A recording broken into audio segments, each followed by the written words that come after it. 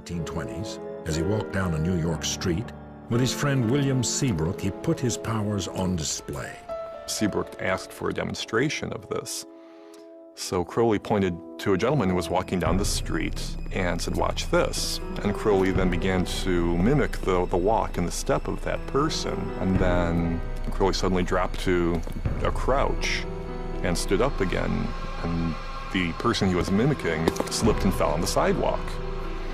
And then got up and looked for a banana peel or whatever and couldn't figure it out. And that was Crowley's demonstration of one of his newfound magical powers.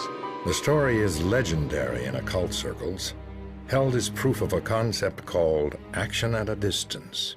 Occultists in general believe that they can affect things far away, whether they can divine them and see them far away, or whether they can actually influence things far away. Magic is both an art and a science. Certain things cause certain effects to happen. At the same time, they have to be done with a certain intention and perhaps a certain flair in order to work. Was Crowley a master of 20th century occult magic, as some have claimed? His beliefs were nothing new. Crowley took his lead from the Egyptians, early occultists who believed that spells could heal the sick and make crops grow. Some things that seem supernatural can often become accepted fact. Sir Isaac Newton believed that an invisible force called gravity that held planets in orbit around the sun created action at a distance. Newton hesitated to share his groundbreaking theory of gravity for fear that it would be branded as magic. Science nowadays really is touching against ideas dealing with where magic and spirituality and religion intersect. And they're both ways of trying to find out about how the world works. The occult means secret or hidden, and its early masters were regarded as true magicians, but they were also the first scientists. Their discoveries in the occult arts of astrology and alchemy gave birth to modern scientific disciplines. You go back to ancient times, there was no science.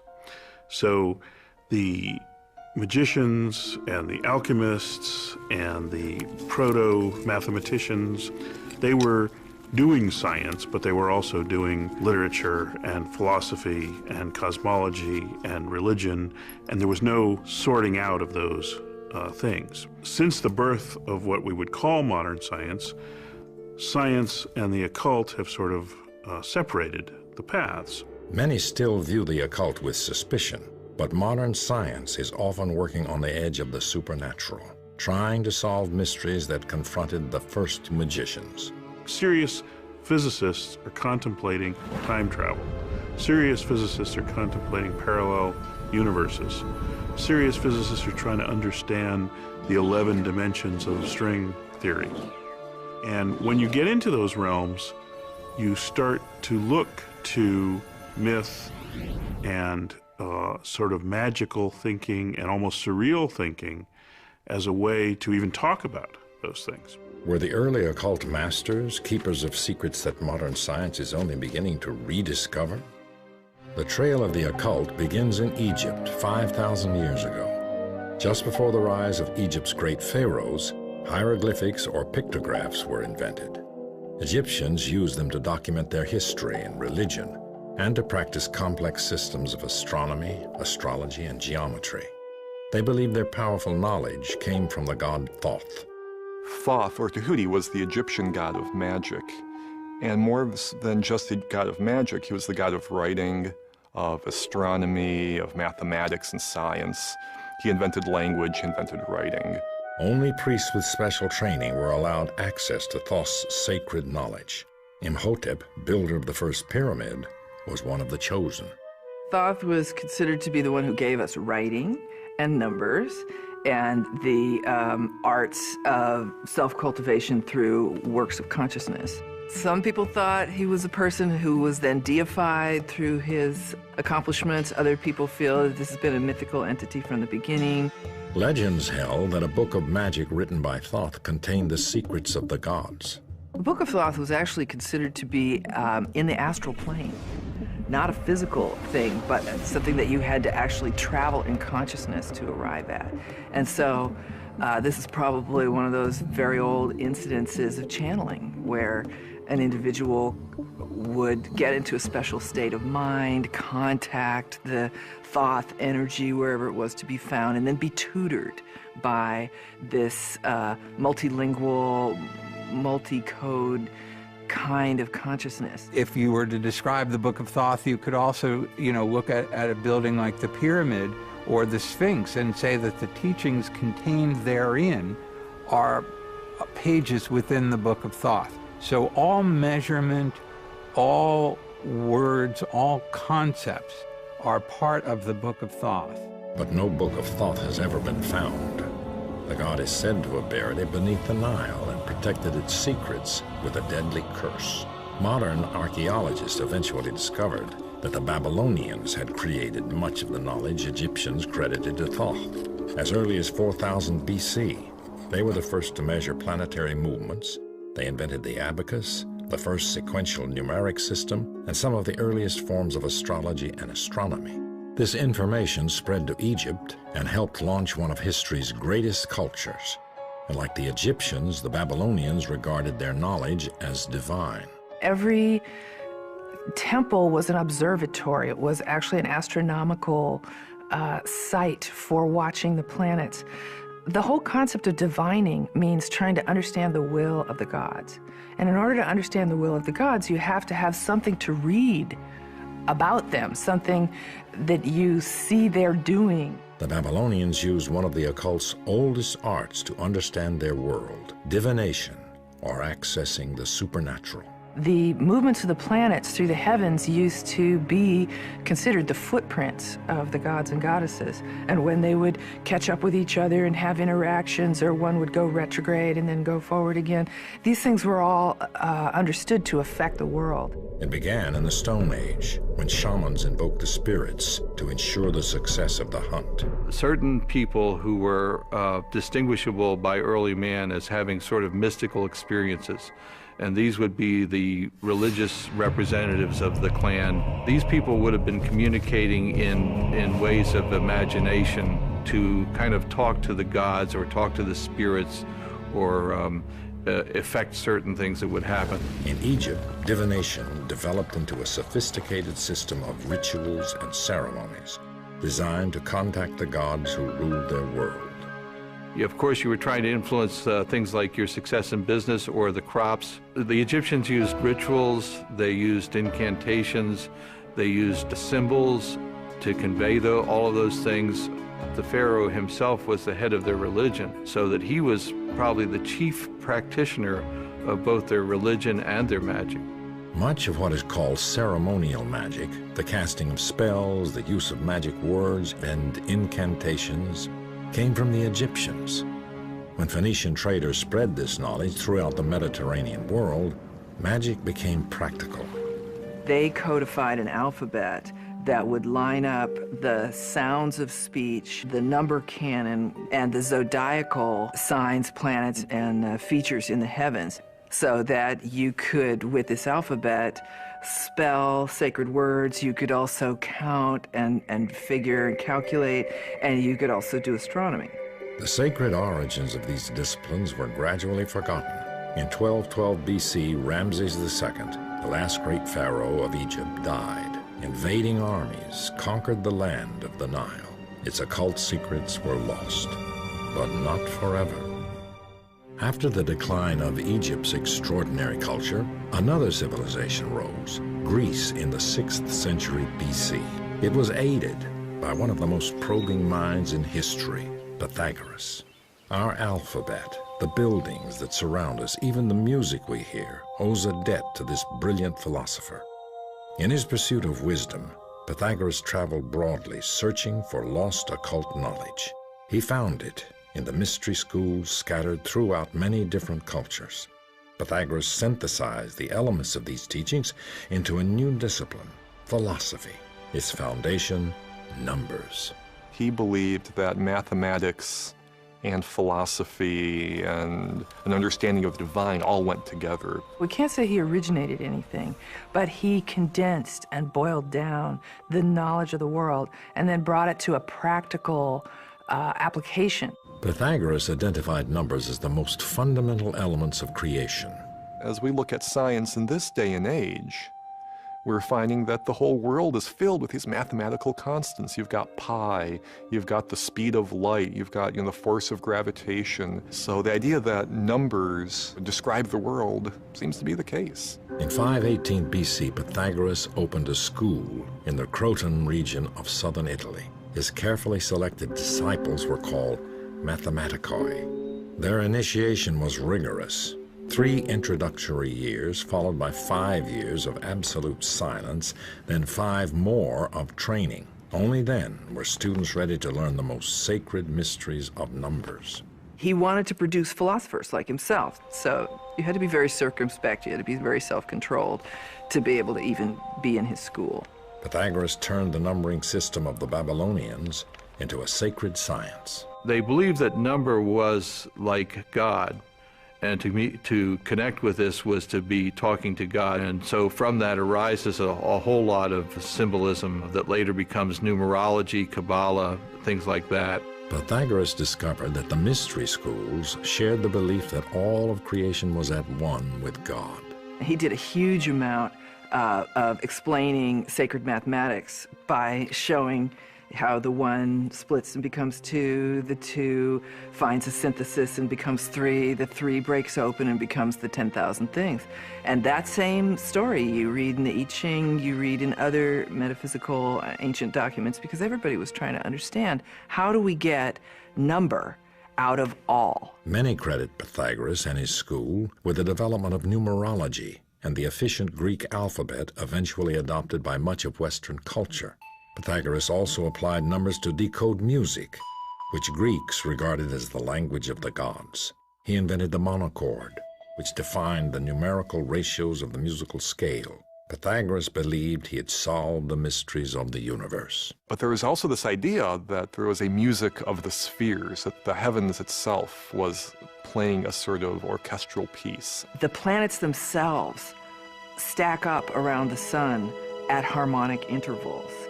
White light breaks out into color at harmonic intervals. Sound is also harmonically, the harmonic sequence that comes out of any given note, those nodes of overtones are all governed by the same mathematics.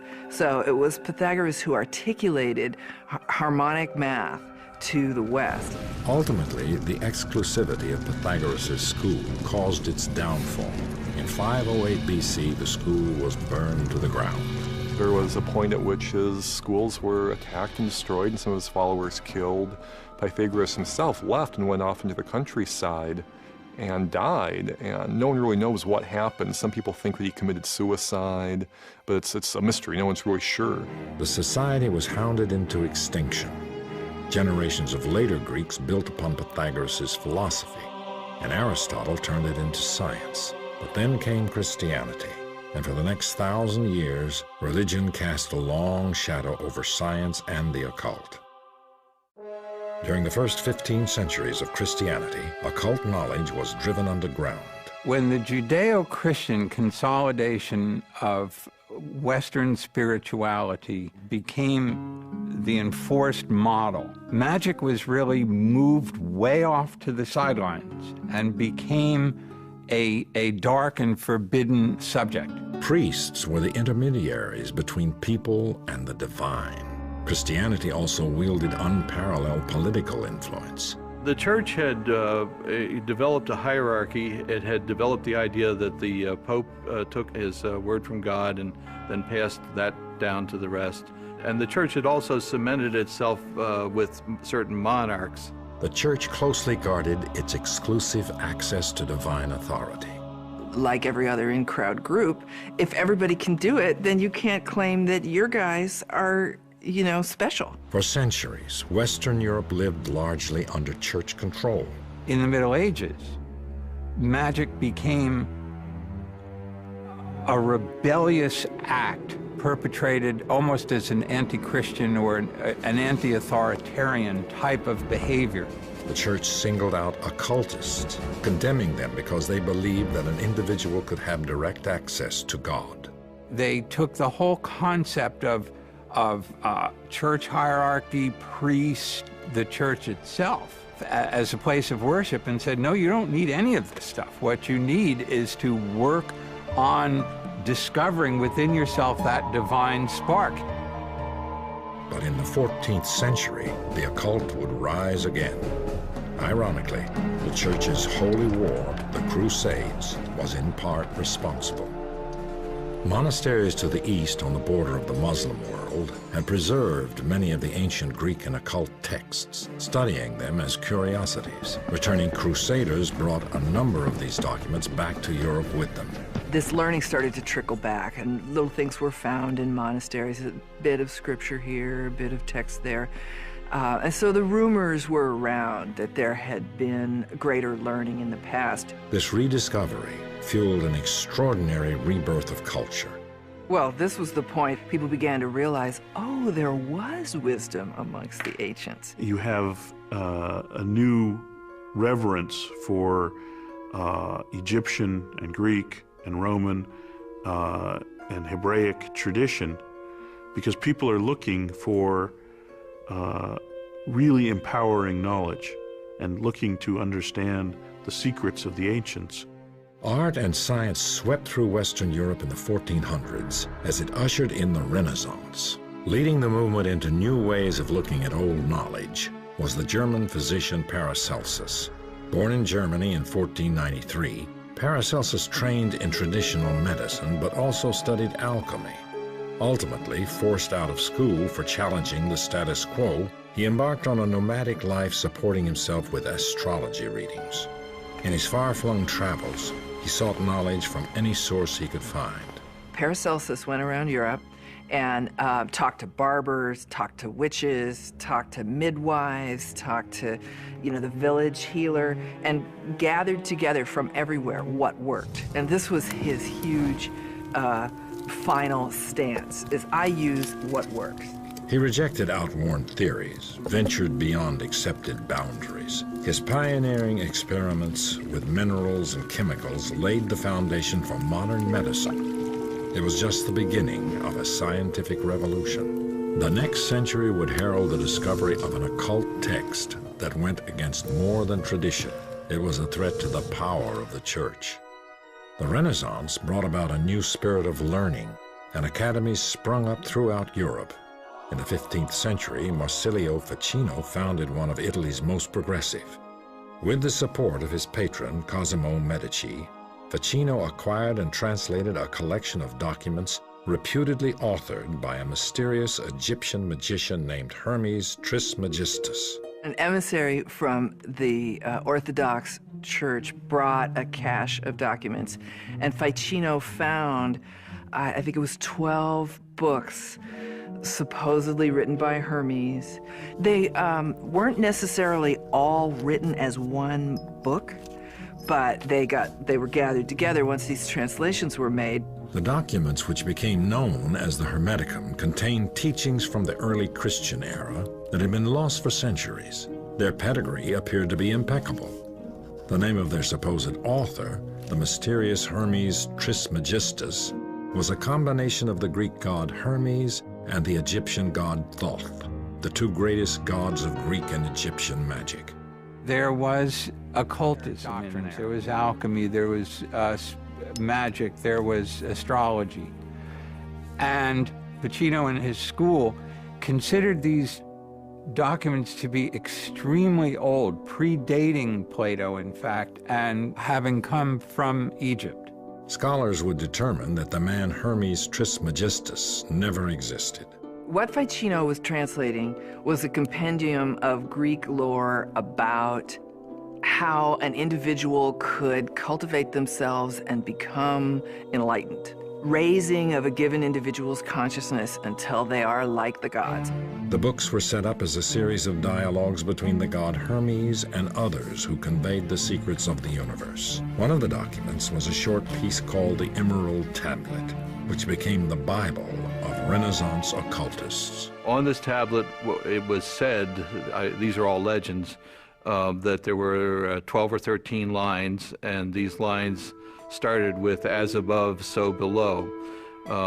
This was the great idea of the pattern of the universe, the pattern of the stars and the great universe is repeated as well on the earth. The Hermeticum restated the teaching of the early mystery schools, that human beings possessed a divine nature. So this is really the goal of Hermetic initiation and any other kind of initiation, would be to transcend our mortality and put us back into our ultimate state as spiritual peers. The Hermeticum dazzled Renaissance scholars, and occultism was reborn. Could the idea that human beings shared a direct link to God undermine the authority of the Church? The discovery of the Hermeticum during the Renaissance created a new generation of occultists. They sought to combine religion with science and magic, a dangerous undertaking in a society ruled by Christianity. John Dee would risk his life to study its teachings. John Dee was a giant. John Dee was the embodiment of the ideal of an enlightened being who had the spiritual understanding of his role and mission in life, and who was gifted with, superior intelligence. But like Pythagoras, he would pay a heavy price for daring to seek out the wisdom of the gods. The ultimate Renaissance man, Dee followed in the footsteps of Paracelsus, using experimentation to become a gifted scientist, an inventor, a mathematician, a brilliant cryptographer, and a pioneer in the field of navigation. But he was also an occultist, he was a sorcerer, he was an astrologer. He was, in fact, Queen Elizabeth's personal court astrologer. And in that sense, his interests were all very much in keeping with the thinking of the time. There wasn't a distinction made between magic and science, and he was pursuing an understanding of the world around him. When Queen Elizabeth rose to the throne of England in 1558, she installed Dee as court astrologer, but his influence reached far beyond his position. England's famous magician was also a spy for the Queen. He was involved with political intrigue. He was a trusted ally of the Queen, but he was also working behind the scenes throughout Europe to help to lower the power of the Church and to substitute Protestant power in its stead. With Dee's guidance, Queen Elizabeth officially legitimized the most significant occult science of the Renaissance, alchemy. Alchemists had two goals: to heal illness and to turn base metal into gold. They believed success could be achieved by finding the Philosopher's Stone, a mystical agent that would also produce a higher level of consciousness in the alchemist. That was really an approach to trying to understand the way the physical world works, and alchemy as a practice, was the forefather of modern chemistry. Alchemy had existed since the early Egyptians, but in the hands of the Renaissance scientists, it reached new heights. Everything that we know and do today in our modern science was developed by the alchemists.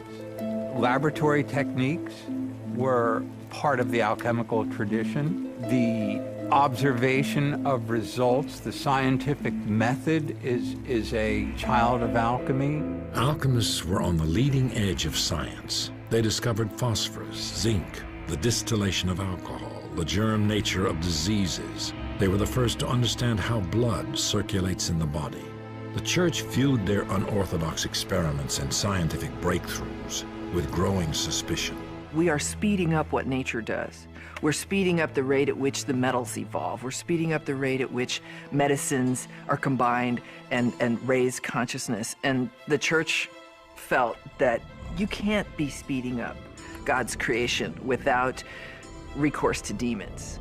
Despite his work in alchemy, Dee's true occult passion lay in divination. He believed that he could apply scientific methods to communicate with supernatural beings. Dee's obsession with contacting the angels would have disastrous consequences. This art of manipulating objects like bones, tea leaves, and tarot cards had arrived from the Muslim East in the 14th century and become a popular method of fortune-telling.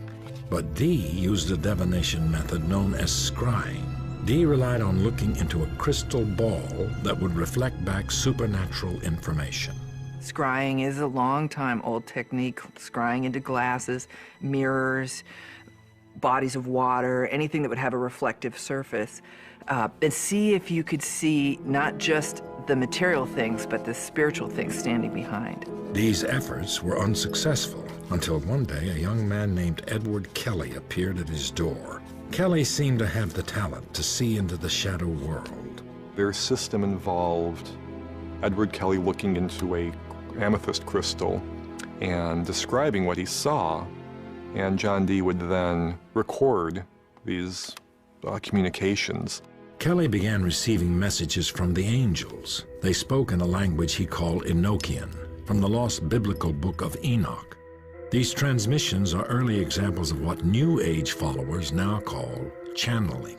What Dee and Kelly brought forth was completely new. It was not based on tradition. He appeared to be speaking a new language. The Enochian language does appear to have a coherent vocabulary and syntax, and this doesn't seem like the sort of thing that Kelly, who was not a particularly educated or schooled person, could have just invented. He couldn't have faked something like that. John Dee and Kelly embarked on a tour of Europe to share their discoveries, just as the Inquisition launched another crackdown against heretics. All you needed was a slight change in political or religious circumstance, and something that was considered exceptionally wonderful would then be considered demonic and scary. Dee returned home to England to find that a mob had destroyed his irreplaceable library and scientific and occult instruments. Dee had fallen out of favor with the court. The man who began as a leading scientist of the Renaissance ended his life penniless, branded as a sorcerer. Dee's main legacy was not to science, it is to magic. And it's because of those who have come after, who have seized upon what he created and made it into a new worldview, whether it's consciousness arts or ceremonial magic or divination, could take place inside these new parameters that they set up. John Dee's fall was the beginning of the occult's end. The practices were reviled by the church as the work of demonic possession. From the 14th through the 16th century, more than 40,000 people would be executed for witchcraft. Occult ideas became embedded in the traditions of secret societies, such as the Freemasons and the Rosicrucians. They were tending to do them passed on among secret brotherhoods and organizations because these are very powerful and dangerous ideas, dangerous to status quo, dangerous to institutionalized religion. So there's an element of underground secrecy associated with some of these themes. These havens of safety began to flourish across Europe. Secret societies were instrumental in the new age of enlightenment that swept through Europe in the 1700s and even helped in the founding of American democracy. Participation in these organizations had fallen dramatically by the mid-1800s as they became more civic-minded and less interested in the occult. So what would cause a resurgence in the occult? In rural New York, two unlikely sisters would inspire a national obsession with the occult. Magic would once again capture imaginations. On March 31st, 1848, Sisters Leah and Margaret Fox publicly declared that they had contacted spirits from beyond the grave. An American fascination for communicating with the dead occurred almost overnight. The Fox sisters used a technique called a seance, which quickly became one of America's most popular pastimes. People gathered in a darkened room while a medium tried to make contact with the spirit world. There would be tambourines and other bells that would sound, and the medium would actually be able to exude, ectoplasm from their nostrils or their mouth, and it was this sort of spiritual substance that allowed the spirits of the dead to manifest and appear. And in other cases, the medium would simply become a conduit or a channel through which the deceased were able to speak. Many who practiced spiritualism believed it would lead to scientific proof of the existence and immortality of the soul. and they gained an iconic champion when the Russian-born Madame Blavatsky arrived in New York at the height of spiritualism's popularity. She soon became the self-proclaimed decoder of ancient occult secrets. She grew up in a wonderful occult library that her father had established. She could see the connections between different cultures, spiritual teachings, and she was attempting to correct the errors of Christianity by bringing in mysticism and spirituality from other cultures. Born in the Ukraine in 1831 to a lower-ranking nobleman, Blavatsky was with her husband to spend 10 years traveling the world. She claimed to have studied with mystical adepts in India and Tibet. The exotic cigar-smoking medium became a sensation in the occult circles. She just wouldn't accept limits. She was one of the most educated person anybody who met her had ever met. And they couldn't understand, how could this powerful intellect be in this female body, just chewing up the landscape and producing this tremendous inspiration? Blavatsky's seances were the talk of New York. Mysterious letters would appear, written by spiritual leaders she called the Great White Brotherhood. Blavatsky was not above taking advantage of the popularity of seances to push her own cause, and she used these seances to very spectacular effect to materialize letters written by these ascended masters as instructions being passed down to her. The Brotherhood dictated to her the books that became the foundation of a new science of mysticism, theosophy.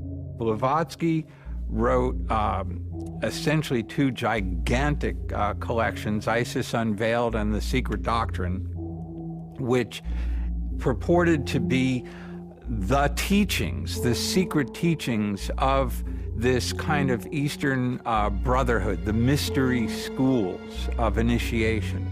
And she totally altered the spiritual landscape of Western civilization by introducing those concepts. She was very much a pioneer in bringing ideas of Eastern esotericism into the West. She focused on the similarities between Christianity and Hinduism and Buddhism and other spiritual traditions, arguing that there is in fact a tradition that underlies all spiritual faiths in the world. Blavatsky regarded her work as spiritual science and made connections between recent scientific advancements and occult beliefs. Blavatsky promoted the ancient Eastern mystical view that the essential nature of the world was not matter, but energy, which foreshadowed the discoveries of modern physics. Blavatsky also revived the Eastern beliefs in reincarnation and karma. Quickly acquiring a cult following, she launched the Theosophy Society. The term theosophy, which Blavatsky coined, really comes from two words. They're of Greek origin. One is theos, which means God, and Sophia, which means wisdom. So the Theosophical Society was teaching divine or sacred wisdom. The Theosophical Society spread internationally and still exists in many countries. Blavatsky was hailed by her followers as the mother of the New Age. But for all of Blavatsky's charisma, she soon fell victim to her own success. And at the time that she was becoming famous, this business of spiritualism and channeling, and especially seances where you'd call up your dead ancestors, that was going all over the Western world, and she felt like that was charlatanism. So she wanted to represent a model that stepped outside of that and spoke to the verities, the truths, the larger things. But unfortunately, in the end, she got reduced down to the very thing she was trying to fight. In 1885, Blavatsky was investigated by London's Society for Psychical Research. It concluded that her seances were rigged. Writings didn't magically come from beyond the grave. There was a spring-loaded device in the bedroom above her chamber that allowed someone to put a letter into this device and have it drop down between the floorboards and materialize in their hands. Though many devoted followers refused to abandon Theosophy, Blavatsky was now tainted with fraud.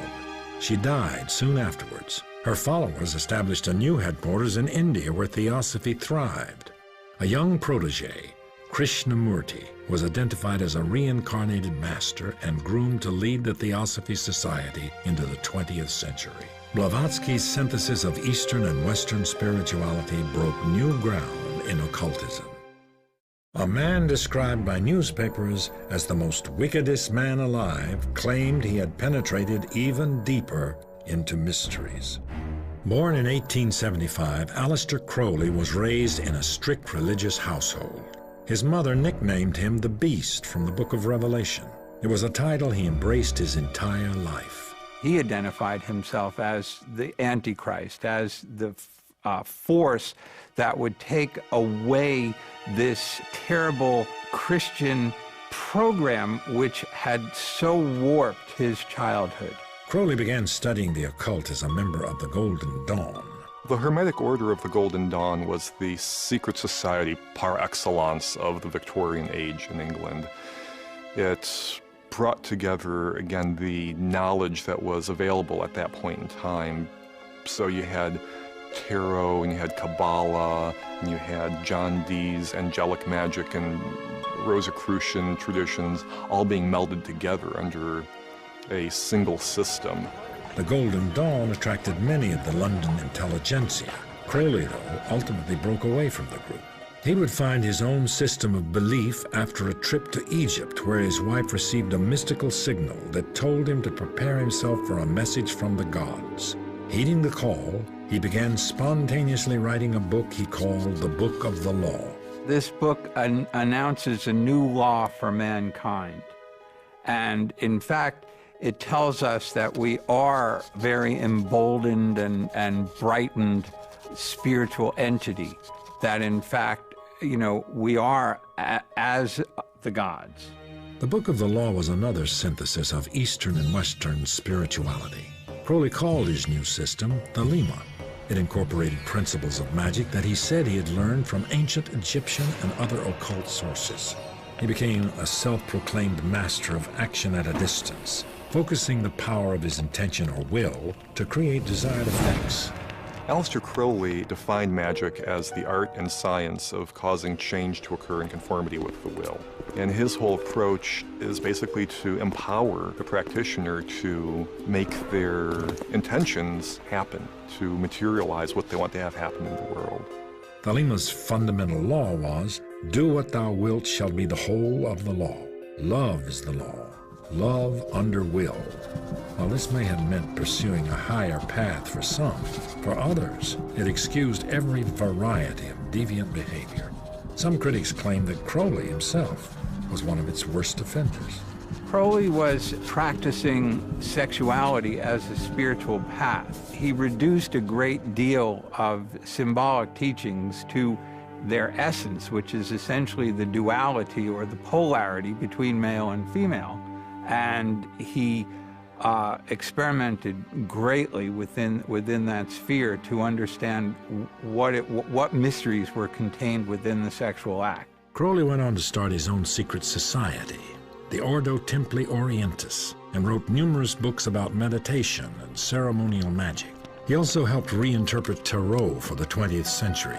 The tarot is a pictorial representation of occult teachings. It's a method of going within and contacting archetypal levels within oneself, spiritual levels, and entering meditative state in which intuition is heightened and maybe even, where you can see certain patterns developing because you're in the right state of mind. While popularized by Italian noblemen in the 1300s as playing cards, some say tarot's origins date to ancient Egypt. Over time, they acquired occult significance. Crowley developed a deck of his own, called the Book of Thoth, based on the Egyptian magic he had studied. A popular divination tool today, tarot is said to reveal information about the seeker and the questions about his future. Everything that's related in one moment of time is all connected. So if two people come together around a question and they're manipulating an oracular tool like this, but if that manipulation is intended to serve the need and the feeling, then it will make a mirroring reflection of the energy that's produced between the two people. Crowley's writings, like Madame Blavatsky's, were heralded as forerunners of many New Age ideas. But despite his serious work in occultism, ultimately he became infamous for his use of drugs and decadent sexual behavior. As Hitler rose to power in the 1930s, Crowley's reputation was fatally damaged. He wrote pro-Nazi propaganda and was soon an outcast. After World War II, it was rumored that Hitler had used Crowley's and Madame Blavatsky's writings to help him create his theory of a master race. I don't think there's any evidence that Hitler read the works of Aleister Crowley per se. It's definitely known that Hitler and members of his regime had a very keen interest in the occult, and they adopted the trappings of occult symbolism. Ill and addicted to opium, Crowley spent his final days in a boarding house and died in 1947. Like other occultists before him, Crowley attempted to learn the secrets of the gods, only to be discredited and condemned by society. I think that in the cases of these great thinkers in history that we see ultimately being persecuted for their beliefs, what's happening there is that these people are very forward-thinking and they challenge our preconceptions. They make people uncomfortable. From that level of discomfort and that level of fear and that threat that thinking has to people's power base, that leads societies and governments and other institutions to act against people who speak out in that way. Once again, occultism seemed to disappear. It would take the drugs, rebellion, and social upheaval of the 1960s to usher in its next revival. Occult practices languished on the fringes of society for most of the 20th century, but they resurfaced during the hippie movement of the 60s. Popular gurus like the Maharishi and Timothy Leary promoted altered states of consciousness that could lead to higher levels of self-awareness. Individualism became the goal of millions of young people who rejected traditional religion to find their own direct route to God. By the 1980s, New Age ideas had become mainstream. Madame Blavatsky's writings became pivotal in reinterpreting occultism for modern audiences, and even Aleister Crowley's reputation was somewhat restored. There was this boom in occult interest that resulted in Crowley being almost a pop culture icon. The Beatles put Aleister Crowley on the cover of Sgt. Pepper. You have musicians like David Bowie and Jimmy Page becoming very interested in Crowley. He experienced a renaissance, as it were, in the 60s and 70s and has been a very popular figure ever since. Occult belief systems are now embraced by millions of New Age followers who pick and choose from their wide array of concepts to fashion their own individual brand of spirituality. Yet the occult is still often regarded with suspicion. Many of those who practice occultism describe it as a modern mystical quest. The mystical quest is the process by which a limited, time-space-bound human being can transcend their background and history and come into this divinized or macrocosmic consciousness. And that is the process of becoming immortal. You know, leaving this physical flesh behind and identified with larger and larger realms of reality. The holistic philosophy of New Age beliefs continues to grow in popularity. We're surrounded by material wealth and technology, and we feel like we've lost something. We've lost that connectedness. We've lost the understanding of our human roots. And a lot of the interest in New Age ideas and a lot of the look back to ancient ideas stems from that desire to reconnect with that history and to make us feel more whole, more spiritual, more connected, more aware of the passion and meaning of life around us. But what began as occult magic has informed the world of science. There were attempts, legitimate attempts, to try to understand the way the world works. And there would not be astronomy today if it had not been for the ancient astrologers who studied the heavens. There would not be chemistry today if it weren't for the alchemists who did their thing as well. Some of the secrets that they thought they were working on were the secret of eternal life, the secret of being able to be without disease, then the great secrets of transformation, let's say, of lead into gold, but that's like not the only one. maybe one of the transformations is the human being into a godlike thing. And it's a wonderful thing that now we come around to particle physics and people thinking that life is pure energy, and that maybe there is a connection between those ideas, that maybe the power to become godlike is in the ability to transform yourself. Medicine and science have benefited from the input of occultism. And in the future, what we think of as magic may play a role in even greater discoveries. In our push to science, we're a culture of specialists, very focused on particular areas. So I think some of that holistic nature from the past is necessary to make the breakthroughs that we are currently not able to make in science. Beliefs can blind us, whether they're religious beliefs or scientific beliefs.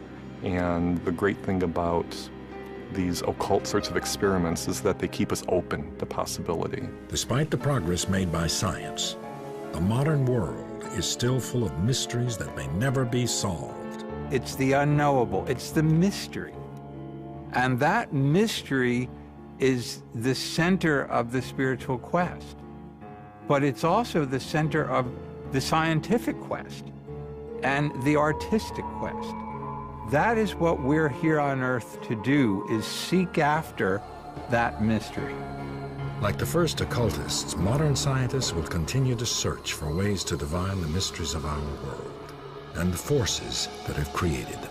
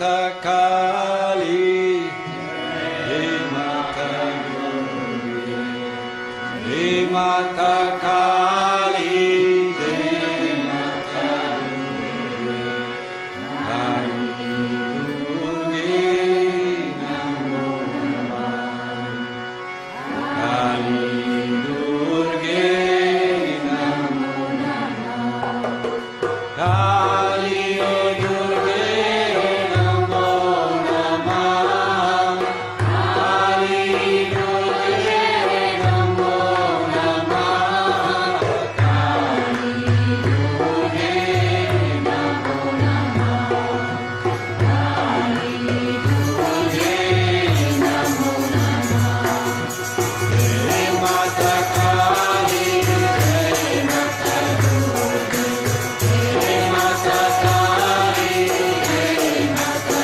Durga, Kali Durga Namo Namah, Kali Durga Namo Namah, Kali Durga Namo Namah, Kali Durga Namo Namah, Kali Durga Namo Namah, Kali Durga Namo Namah, Jai Mata Kali, Jai Mata Durga, Jai Mata Kali, Jai Mata Durga, Kali Durga Namo Namah, Kali Durga Namo Namah, Kali Durga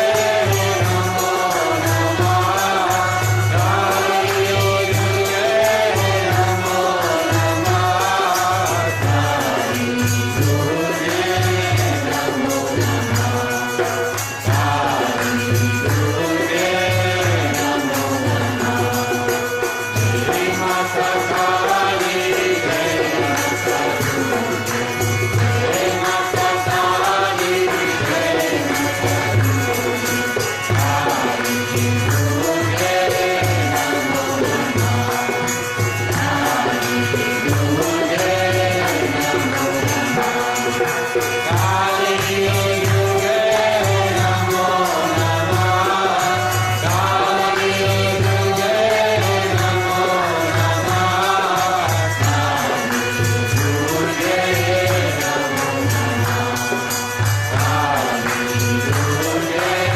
Namo Namah, Jai Mata Kali, Jai Mata Durga, Jai Mata Kali, Jai Mata Durga, Kali Durga Namo Namah, Kali Durga Namo Namah, Kali